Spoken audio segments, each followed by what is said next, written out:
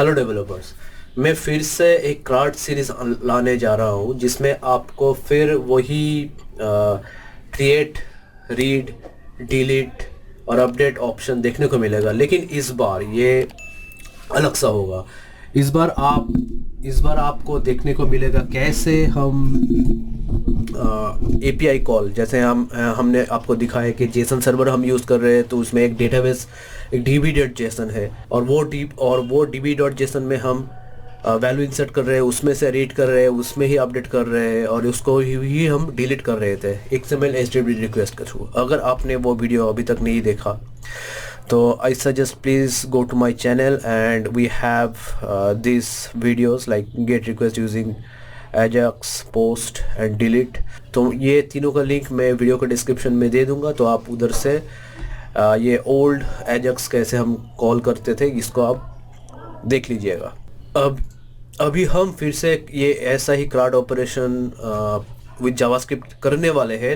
हम लोग object, array और फंक्शन यूज़ करेंगे उधर, लेकिन इस बार ये आपका जो आपका इधर देखिएगा, इसमें हम जेसन सर्वर यूज़ किए हैं, जिसमें हम डेटाबेस एक मॉक डेटाबेस क्रिएट कर रहे थे जेसन डेटा के साथ, और उसको ही हम डिलीट कर रहे थे, अपडेट कर रहे, इंसर्ट कर रहे थे, ठीक है ना। तो ऐसे आपको एक रियल एप्लीकेशन का फील आ जाएगा, ठीक है, कैसे आप ये काम कर सकते हो। अभी हम वो वीडियो 2-3 वीडियो के बाद आने वाला है, क्योंकि उस जो क्लाउड ऑपरेशन हम करने जाएंगे उसमें आपको तीन चीज़ें का बहुत ही इस्तेमाल देखने को मिलेगा। First one is arrow function, okay, next one is session storage and local storage, and third one will be fetch API of JavaScript, okay। तो ये तीनों चीज़ों को अगर हमें करना है तो ये फेच API, मतलब फेच API आप URL डाल सकते हो, उसमें वो URL से फेच करेगा, करके आपको डेटा देगा। लेकिन इधर आपको प्रॉमिस भी सीखना होगा, ठीक है। जावास्क्रिप्ट का प्रॉमिस कॉन्सेप्ट है, ये 6 का न्यू फीचर है, तो आपको इसको भी देखना है। तो ये तीन नहीं, ये चारों चीज़ हमको सीखना होगा, ठीक है। प्रॉमिस कैसे काम करता है, तो ये 4 चीज़ हमको सीखना है, और उसके बाद ही हम वो क्लाउड ऑपरेशन कर सकेंगे, ठीक है ना। और आप ये क्लाउड ऑपरेशन एक रियल टाइम एप्लीकेशन होगा, क्योंकि इसमें मेरा प्लान है एक लॉगिन रहेगा, HR का एम्प्लॉय डेटाबेस को एक्सेस करने का जो आपका एप्लीकेशन होना चाहिए, ऐसा ही एप्लीकेशन हम बनाएंगे इसमें, ठीक है ना। और HR लॉगिन कर सकती है, उधर से आप HR पूरा एम्प्लॉय का डेटाबेस देख सकती है, किसका क्या क्या ईमेल है, कौन कौन सी क्रेडेंशियल्स है, सब कुछ देख सकती है। जैसे कि नॉर्मली कहीं भी HR एम्प्लॉय डेटाबेस जैसे एक्सेस कर सकती है, ऐसे ही हम करेंगे। इस बार हमारे पास मॉक डेटाबेस है, इसलिए वो डेटा परसिस्ट भी करेगा, और हम लॉगिन करने के लिए, ताकि उसका सेशन बने रहे, ब्राउज़र क्लोज करने से उसका सेशन डिलीट हो जाए, इसका भी हम ख्याल रखेंगे, इसलिए हम सेशन स्टोरेज यूज़ भी करेंगे। तो वो वाला जो क्लट सीरीज़, उसको समझने के लिए आपको ये चारों चीज़ों का आइडिया और कॉन्सेप्ट होना ज़रूरी है। और अगर आप ये कॉन्सेप्ट अच्छी तरह से कर लेते हो, तो आप आगे आपके वेब डेवलपमेंट जर्नी से, अगर आप जावास्क्रिप्ट में काम करते हो, तो बहुत ही हेल्पफुल होगा, ठीक है। तो वो क्लट सीरीज़ आप ज़रूर देखिए। I am highly suggesting you follow that CRUD series that I'm going to create later on. So लेकिन today I'm going to show you that arrow function, how we do that arrow function and what is the arrow function anyway.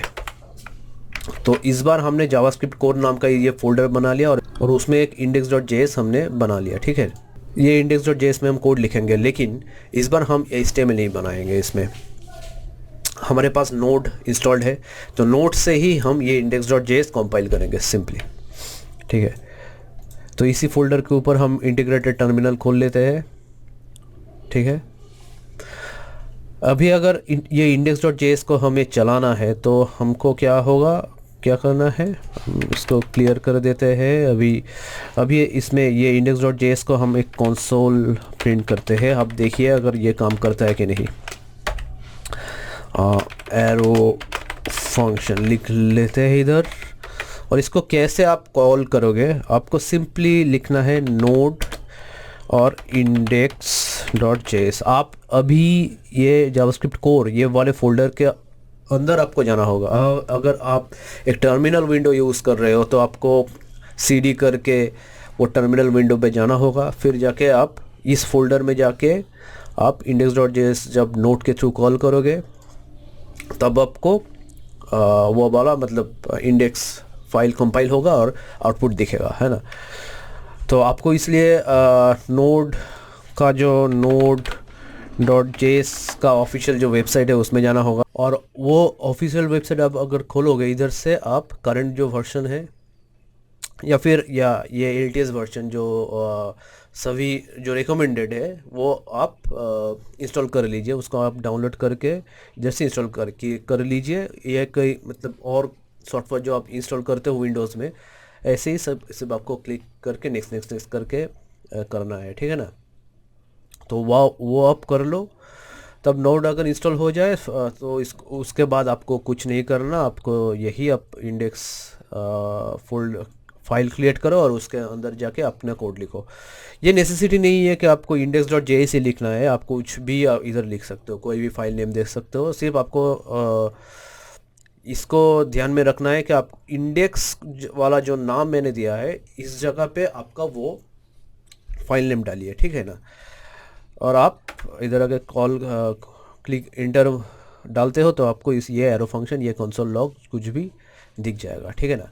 तो अब चलिए arrow function हम देख लेते हैं, ठीक है ना। एरो फंक्शन कैसे काम करता है, और उसको आप फैट एरो फंक्शन भी सुनेंगे। कई लोग फैट एरो फंक्शन कह के इसको बुलाते हैं, तो इसमें कोई प्रॉब्लम नहीं है, इसको फैट एरो फंक्शन भी कहते हैं। तो हम सिंपली वो सम वाला जो जो एग्जाम्पल है उसको ले लेते हैं, ठीक है ना। छोड़िए, पहले हम ऐसे लिखते हैं कॉन्स्ट, एक फंक्शन एक्सप्रेशन हम लिखते हैं, ठीक है ना इधर। और ये एनोनिमस फंक्शन है, और इधर पे हम ऐसे कर सकते हैं ना। तो अभी इधर पे हम एक कॉन्स्ट ले लेते हैं, सम जब एक वेरिएबल ले लेते हैं रेज नाम में, और इसमें हम arg1 और प्लस arg2 ऐसे दो आर्गुमेंट लिख लेते हैं, ठीक है। और ये arg1 और 2 कहाँ पे होगा, इसमें ऐसे इस फंक्शन में हम ऐसे पैरामीटर लिखेंगे, ठीक है ना। ये पैरामीटर है, और हम रिटर्न क्या करेंगे, इसको रिटर्न रेज कर लेंगे।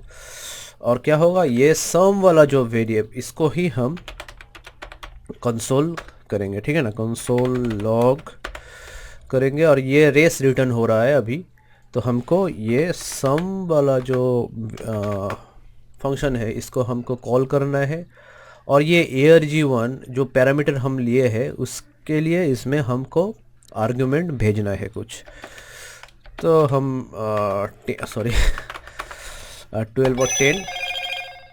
10 आर्गुमेंट भेज रहे हैं। तो अभी अगर हम इसको चलाए तो क्या दिखेगा आपको, 22, ठीक है। तो हम टेम्पलेट स्ट्रिंग या टेम्पलेट यूज़ कर लेते हैं, और इसको हम द समेशन वैल्यू इज़, हम इसको ऐसे ये जावास्क्रिप्ट जो आपका जो टेम्पलेट डिटेल में जब हम जावास्क्रिप्ट कोई फंक्शन कॉल करते हैं ऐसे करते हैं ना, मतलब कोई भी वेरिएबल कुछ भी जावास्क्रिप्ट ऑपरेशन हम अब जब करते हैं तो ऐसे करते हैं, तो इधर पे वही कॉल कर लिए, ठीक है। अभी चलिए इसको चला के देखते हैं क्या होता है। हाँ, तो JS कॉल कर लिए जी, ये देखिए द समेशन वैल्यू इज़ 22, ठीक है ना। तो ये फंक्शन ठीक तरह से काम कर रहा है अभी, लेकिन ये एक फंक्शन एक्सप्रेशन है, नॉर्मल फंक्शन है। मैंने आप वो प्रीवियस फंक्शन टाइप्स में मैंने इसका जिक्र तो किया है। आप अगर आपको नहीं पता है तो प्लीज़ चले जाइए इधर, ये वाला जो वीडियो है इसमें वो फंक्शन टाइप पूरी तरह से एक्सप्लेन किया गया है। अब मैं इसका लिंक भी नीचे डिस्क्रिप्शन बॉक्स में दे दूंगा। तो इस वीडियो में जो हम फंक्शन एक्सप्रेशन दिखाए थे उसको ही हम इधर मॉडिफाई कर लेते हैं, ठीक है ना। तो इधर फंक्शन हमने डिलीट कर दिया। इधर देखिए ये एक एरो है ना, लेकिन हम ऐसे एरो नहीं यूज़ कर सकेंगे, हम इसको इधर इक्वल टू देना है। ये देखिए ये एरो फैट है, इसलिए ही इसको फैट एरो फंक्शन कहते हैं, ठीक है। अभी इसको सेव कर लेते हैं, इसको चला लेते हैं। देखिए काम एक ही कर रहा है ना। तो ये बहुत ही सिंपल है। आपका जो फंक्शन है वही, इधर आप फंक्शन लिख रहे थे उसको सिर्फ आप डिलीट कर दिया, इधर पे एक एरो डाल दिए, दैट्स इट, आपका एरो फंक्शन रेडी है। तो है ना, ये कमाल का चीज़। ये एरो फंक्शन जावास्क्रिप्ट का एक बहुत ही, मैं कहना चाहता हूँ एक बहुत ही मतलब बहुत ही कॉम्प्लिकेटेड एक प्रॉब्लम है जिसको सॉल्व करता है। और आप सुना ही होगा दिस कीवर्ड के बारे में। तो ये दिस जो कीवर्ड है ये बहुत ही कॉम्प्लिकेटेड है जावास्क्रिप्ट में, लेकिन ये जो आपका जो एरो फंक्शन है ये इस प्रॉब्लम को पूरी तरह का मिटिगेट करता है। ये इसमें आप जब ये वाला जो एरो फंक्शन जब आप यूज़ करोगे तो आपको ये दिस का जो कॉन्टेक्स्ट है ये इसको आपको कहीं किसी भी तरह से ही आपको अकाउंट में नहीं लेना, ठीक है। आप बिल्कुल इसको छोड़ सकते हो, ठीक है। तो चलिए देखते हैं दिस आपको कैसे प्रॉब्लम देता है। तो हम सिंपली एक ऑब्जेक्ट बना लेते हैं, एम्प्लॉय ऑब्जेक्ट OBJ, और इसमें हम सिंपली ये एक दो एम्प्लॉय नेम ले लेते हैं, जिसमें हम नाम दे देते हैं राकेश, और उसमें आपका एम्प्लॉय एज भी दे देते हैं, जिसमें दे देते हैं 25, ठीक है। और इधर पे एक फंक्शन हम लिखेंगे, सोचिए कि शो डिटेल्स नाम का एक फंक्शन है, ठीक है। ये एक एनोनिमस फंक्शन होगा और इसमें आप एक कंसोल कर लेते हैं, console.log, ठीक है। द डिटेल्स आर, आपको इधर क्या होगा, हम इधर ये अगर दूसरी जगह पे होता तो आप क्या करते, तो सिर्फ आप ये ऑब्जेक्ट डॉट नेम ले लेते थे, है ना। लेकिन ये फंक्शन के अंदर है, ये ऑब्जेक्ट के अंदर ही है, तो हमें सिर्फ एम्प्लॉय नेम लेने से ही काम करना चाहिए, है ना। तो चलिए देखते हैं काम करता है कि नहीं, और कैसे काम करेगा इसको भी हम देखेंगे, ठीक है। इसको हम कमेंट कर देते हैं, नहीं तो ये भी प्रिंट होगा, और ये भी, इसको भी हम डिलीट कर देते हैं, ठीक है। अभी चलिए इसको, तो कुछ नहीं दिखा रहा है, क्यों? क्योंकि अभी एम्प्लॉय नेम, इसका जो कॉन्टेक्स्ट है इसको पता नहीं चल रहा है। तो हम इसमें अगर एक दिस डाल देते हैं तो इसको ये वाला जो चीज़ है इसको प्रिंट करना चाहिए। अच्छा, हम एक मिनट, एक गलती हो गया इधर, हम ये फंक्शन को कॉल करना ही भूल गए थे। तो डॉट शो डिटेल्स करना होगा, ठीक है।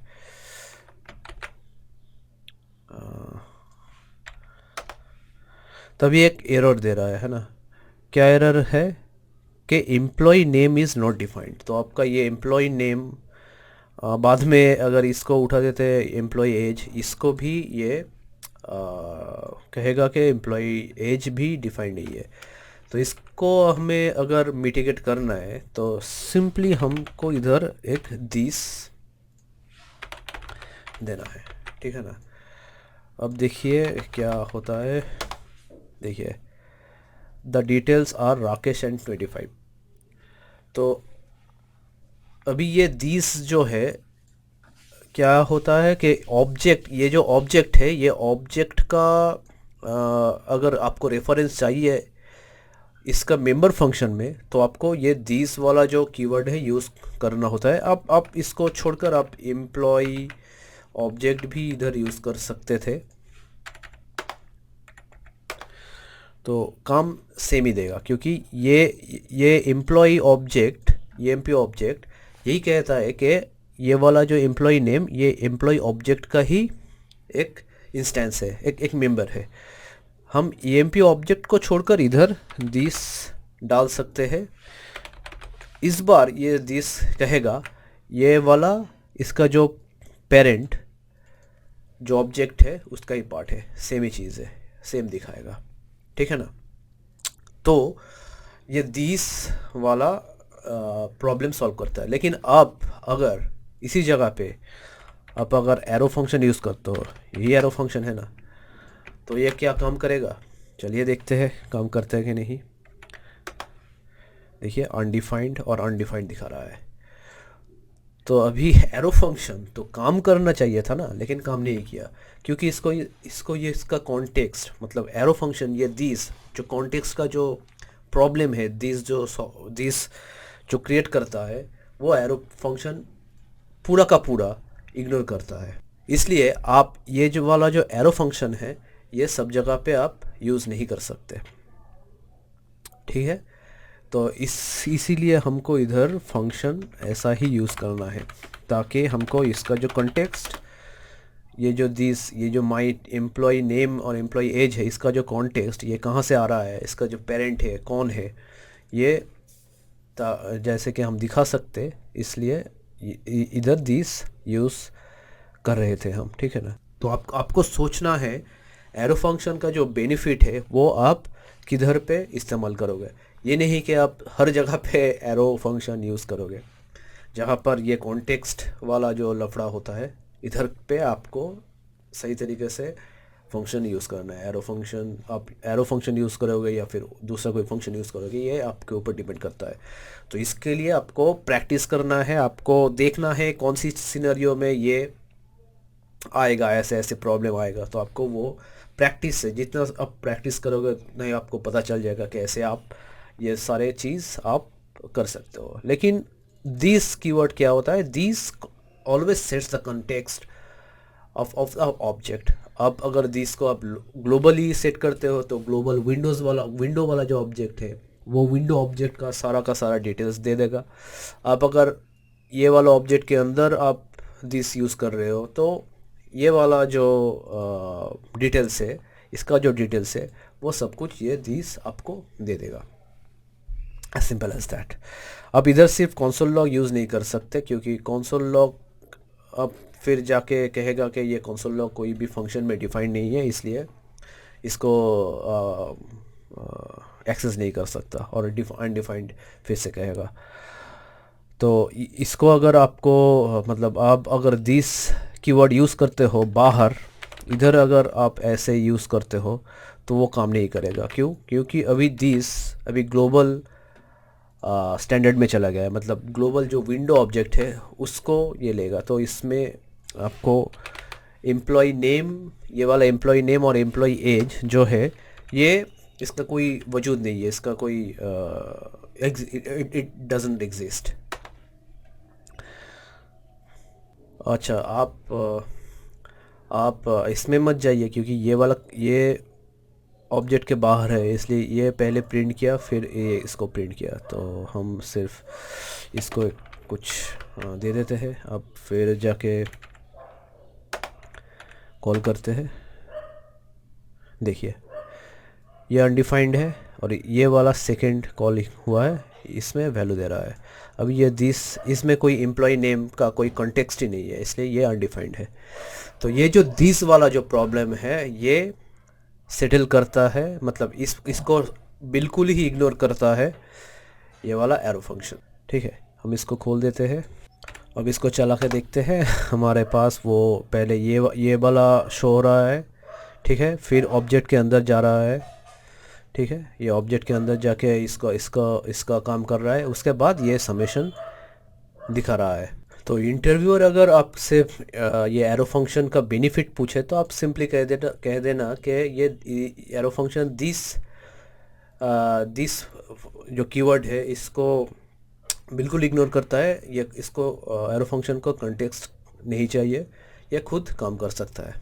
सो दोस्तों, ये रहा मेरा आज का वीडियो। तो मैं आशा करता हूँ कि आपको दिस जो कीवर्ड है और एरो फंक्शन समझ में आ गया। जब हम प्रोजेक्ट करेंगे तब हम देखेंगे कि कैसे हम एरो फंक्शन कहाँ कहाँ पे हम यूज़ करते हैं और कैसे हम यूज़ कर सकते हैं। इधर पे हमने आर्गुमेंट भेज दिया, तो आपको आर्गुमेंट कैसे भेजना है एरो फंक्शन में ये आपको देख लिए। हाँ, और हाँ, आपको एक और चीज़ मैं दिखाना चाहता हूँ। सोचिए कि अगर आपको एक ही आर्गुमेंट पास करना है तो आपको वो उसको ब्रैकेट के अंदर भी नहीं देना है, तो आप सिंपली ऐसे यूज़ कर सकते हो। ये आरजी हम रेस में डिफाइन कर रहे हैं। ये सम रहने दीजिए, अभी रेस में सिर्फ हम वैल्यू भेज रहे हैं 12। तो अभी इसको हम कमेंट आउट करते हैं, नहीं तो आपको समझ में नहीं आएगा। CLS करते हैं। अभी देखिए, हम इंडेक्स को कॉल करते हैं, ये देखिए 12 दिखा रहा है। तो इसको भी हम ऐसे कर सकते हैं। ठीक है, अभी सोचिए कि हमारा जो कोड है ये मल्टीपल लाइन का नहीं है, तो क्या हम कर सकते हैं? तो सिंपली हम कर सकते हैं ऐसे। ठीक है, ऐसे कर सकते हैं। ये आर्गुमेंट इधर पर डाल दिए। ठीक है, आपको दिखाते हैं। ये आर्गुमेंट डाल दिए, इसको हम कॉल करते हैं, ये वैल्यू ठीक दिखा रहा है। इसको हम और भी छोटा कर सकते हैं, इसको हम ऐसे ही कर सकते हैं, रिटर्न भी उड़ा देते हैं। ठीक है, ARG सिर्फ ARG दिखाएगा। ठीक है, और आपको फिर मैं कांस्टेंट से 12 × 12 + 12, तो आपको 24 दिखेगा। ये देखिए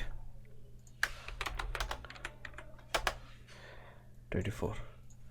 आप अगर आपका कोड छोटा है, एक लाइन का है, तो आप ऐसे लिख सकते हो। इसमें आपको रिटर्न और ब्रेसेस ये भी नहीं देना है। तो आप ये एरो फंक्शन से आपका कोड बहुत सिंपल, बहुत छोटा हो सकता है। ठीक है, और अगर आपको मल्टीपल आर्गुमेंट पास करना है तो आपको इधर पैरामीटर आपको देना है। ठीक है, ये ना है ना, ये बहुत सिंपल।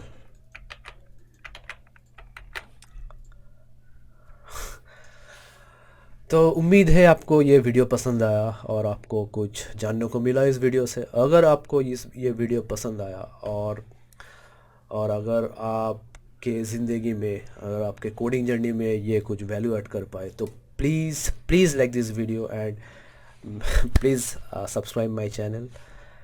आपका एक सब्सक्राइब और एक लाइक मुझे मोटिवेट करता है कि और भी वीडियो बनाए, नहीं तो दिल नहीं चाहता, यूट्यूब क्विट करने का मन आता है।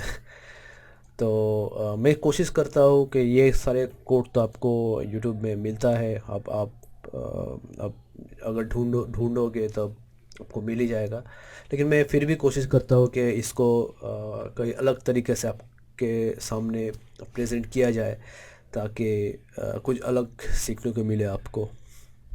लेकिन आपका लॉजिक तो सेम ही होगा ना। वो अगर दिस कीवर्ड जो ऐसे भी यूज़ करते हैं, हम भी ऐसे ही यूज़ करेंगे, है ना। तो आपका थोड़ा बहुत सपोर्ट चाहिए मेरे इस चैनल को ग्रो करने के लिए। तो इस वीडियो में इतना ही। मेरा जो चैनल के पास जो बटन है उसको भी आप क्लिक कर दीजिए, और उसका जो घंटी है वो बेल आइकन है उसको भी आप दबा दीजिए, ताकि अगर जब मैं कोई नया वीडियो लाऊं तो आपको उसका नोटिफिकेशन पता चल जाए। आपको सर्च नहीं करना पड़ेगा, आपको नोटिफिकेशन बेल के थ्रू ही पता चल जाएगा कि मैं नया वीडियो ला चुका हूँ। तो आज इतना ही, अगले वीडियो में हम फिर मिलेंगे। Until then keep practising.